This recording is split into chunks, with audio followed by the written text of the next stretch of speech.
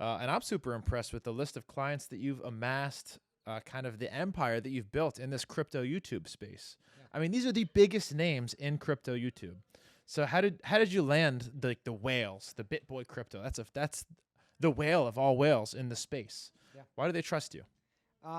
Yeah, I love that word trust. Yeah. Because that I think is at the crux of any business that you're running. If you can't build trust and foster relationships, you're not going to go very far. You might have short-term growth, but long-term sustainability is all built on trust. Yes. So I think coming into that with some of a ministry background, a little Mm. back up real quick. I worked in ministry for like 10 years. And when I got out into the marketplace, I had no idea what I was going to do.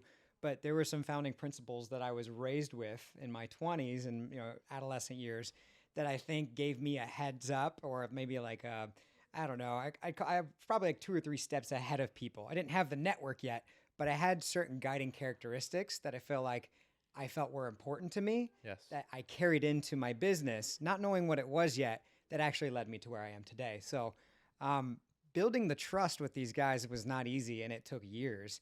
And it actually started with providing value. So, I got into a crypto YouTube channel 3 years ago, representing a guy who had 30,000 subs. Yeah. And my whole job was to connect him to other YouTubers to help siphon off audiences. So that's what I did. I started meeting other crypto YouTubers, virtually door knocking, asking, hey, would you like to come on this YouTube channel?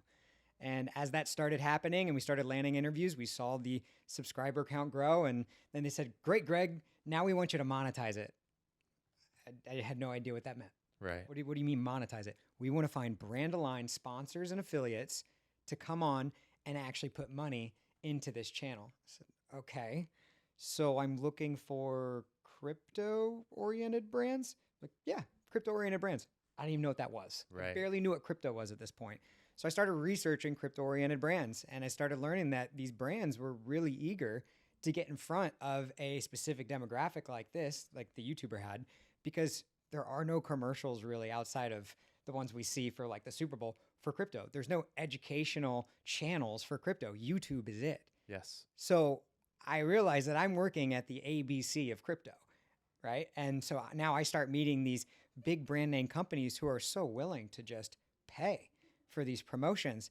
And that's when I realized I didn't need to be working for one channel.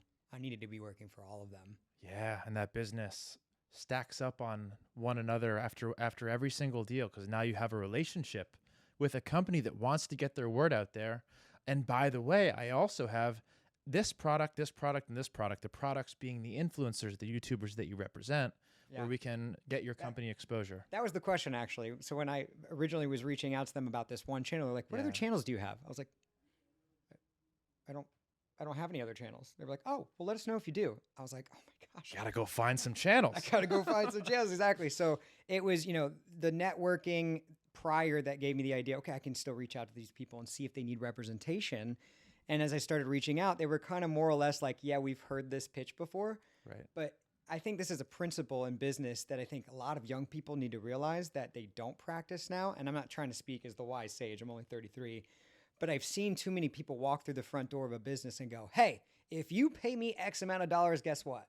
I'm going to give you X amount of output. And this is going to be great for you. Why don't you sign me today? And it's like, dude, everybody hears that pitch. Pay me before you provide value. But if you can be the type of person who's willing to provide value before you get paid, I guarantee you're going to catch that person's attention, and they're going to want you on the team because you didn't ask for anything in return. And so that's what I did. I started bringing these channels. I said, hey, look, you don't have to be in business with me, but let me bring you a deal. And if I bring you a deal, will you at least have a conversation with me about, me representing you?